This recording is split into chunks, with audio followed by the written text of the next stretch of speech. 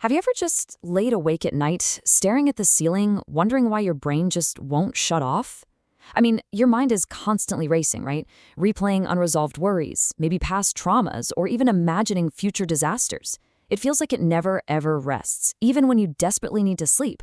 It's like you're trapped in this endless cycle of what-ifs. Well, if that nonstop mental chatter sounds all too familiar to you, I really want to validate right now that you are absolutely not alone. Seriously, it's an incredibly common, almost universal complaint. So in this explainer, we're going to dig into our source material to understand exactly why this happens, and more importantly, we're going to figure out how to solve it together. Okay, let's dive into this. Here is our path today. First, the confusion between the brain and our thoughts. Second, why uncontrollability is the real issue.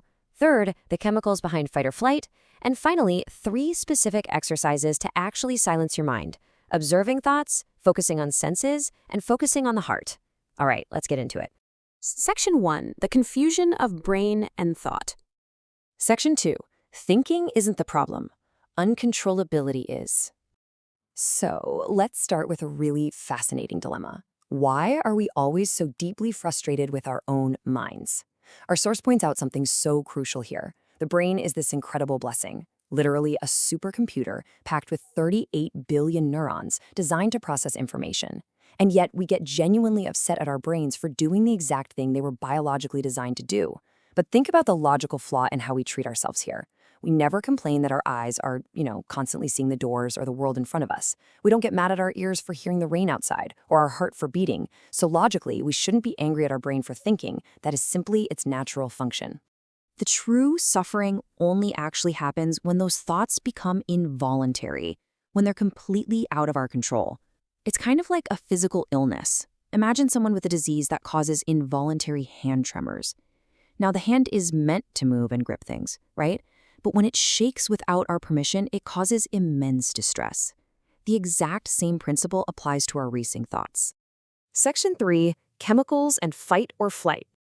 Now, what's really interesting here is that thinking is fundamentally an electrical process. Electric currents race rapidly through our neurons, and as one neuron sparks another, circuits just automatically form. When these circuits fire on their own in endless, chaotic loops, our thoughts start racing at 100 miles an hour.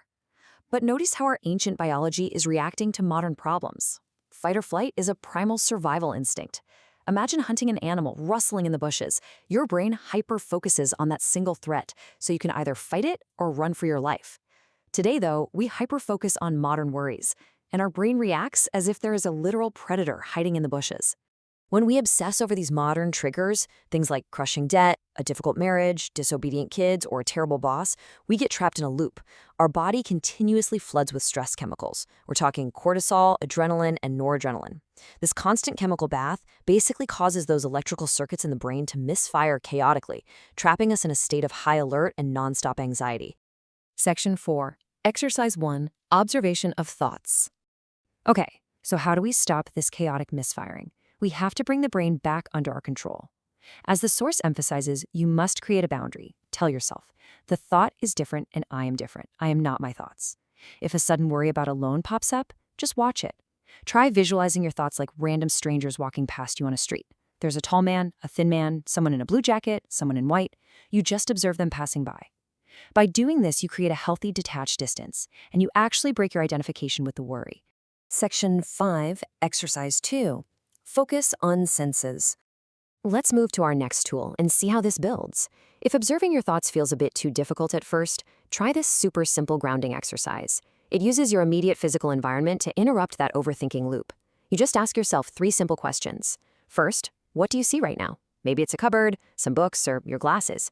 Second, what do you feel physically? Notice a slight neck pain, your hand resting on the sofa, or maybe the cool breeze of the AC. Third, what do you hear? A door opening, people talking outside, or nearby construction. Consciously identifying these sensory inputs instantly forces your brain to stop its chaotic spinning. So, the absolutely crucial point here is that your worries almost entirely exist in the past or the future. But the things you are seeing, feeling, and hearing right now, they exist exclusively in the present moment. By bringing your sensory awareness directly to the present, you immediately change your brain's wave pattern. The brain stops acting like it's under attack and becomes quiet, calm, and mindful. Section 6, Exercise 3, Attention on the Heart. Now, for times when overthinking really escalates, like into severe anxiety or full-blown panic, here's a powerful intervention. Close your eyes and focus all of your internal visual concentration solely on your heart. Literally picture it inside your chest. Because you are directing all your focus inwardly to this single organ, the brain is practically forced to stop overthinking. Why? Because the brain simply cannot do two intensely focused tasks at the same time. Those racing thoughts get physically pushed out of your awareness. As you hold that internal focus, a beautiful thing happens. You achieve a quiet mind. Focusing intently on your heart actually helps normalize your heartbeat. Very quickly, you'll feel a deep, profound sense of physical calmness spreading through your entire body as those fight-or-flight chemicals finally recede and your whole system just resets. You see, you always hold the power to silence your mind, simply by dragging it back to the present moment. So I'm going to leave you with this final challenge to practice right now. What is one thing you can see, hear, or feel in this exact second?